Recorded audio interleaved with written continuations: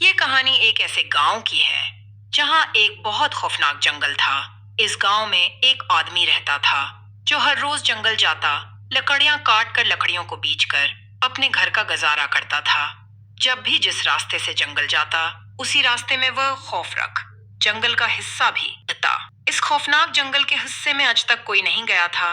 एक दिन जेबी को कहीं से भी लकड़ियां न मिली। वो बहुत परेशान हो गया कि आज अगर लकड़ियां न मिली तो घर कुछ भी नहीं पकेगा। जब भी ने सोचा कि इस खौफनाक जंगल के हिस्से में कोई नहीं जाता, इज मैं यहाँ जाता हूँ। ये भी मजबूरी के हाथों जंगल के उस हिस्से में चला जाता है और फिर कभी भी लौट कर नहीं।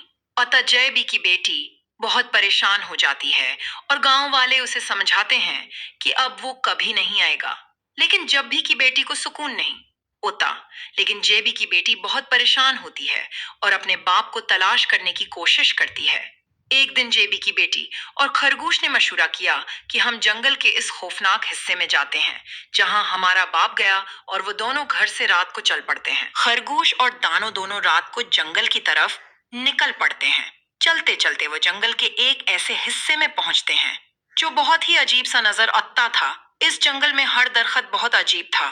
थोड़ी ही देर बाद उनको ऐसा महसूस हुआ कि उनके नीचे की जो जमीन है वो हिल रही है। वो बहुत ही घबरा गए थे। अचानक से उनके सामने कोई चीज आई। थोड़ी देर में उनके अर्ध गिर्द बहुत से भूत आ गए हूँ, लेकिन चड़ील ने बोली कि हम तुम्हारा ही इंतजार कर रहे थे। तुमने बहुत वक्त लगा दिया उनने में।